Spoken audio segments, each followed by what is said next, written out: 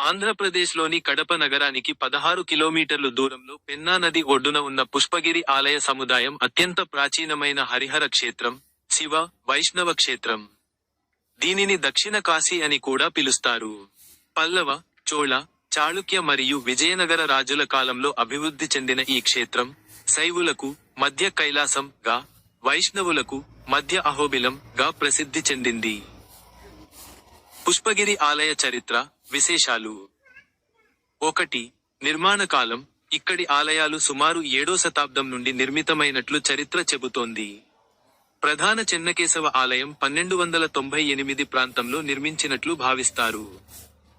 2. హరిహర క్షేత్రం. ఇక్కడ శివ స్వరూపుడైన వైద్యనాథేశ్వరుడు, విష్ణు స్వరూపుడైన చెన్నకేశవ స్వామి కొలువై ఉంటారు. ఒకే ఆవరణలో ఈ రెండు సంప్రదాయాల ఆలయాలు ఉండటం విశేషం. 3.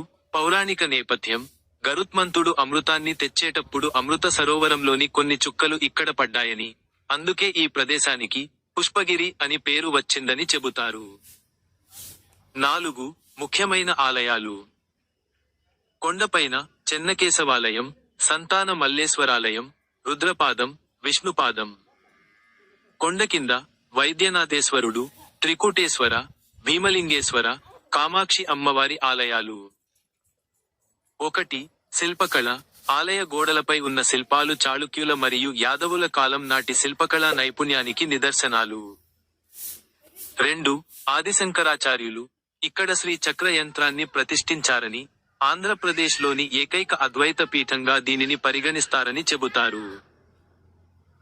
పాపగ్ని, కుముద్వతి, వల్కల, మాండవి మరియు పెన్నా నదుల సంగమ క్షేత్రం కావడంతో దీనిని పంచనదీ క్షేత్రం అని కూడా పిలుస్తారు.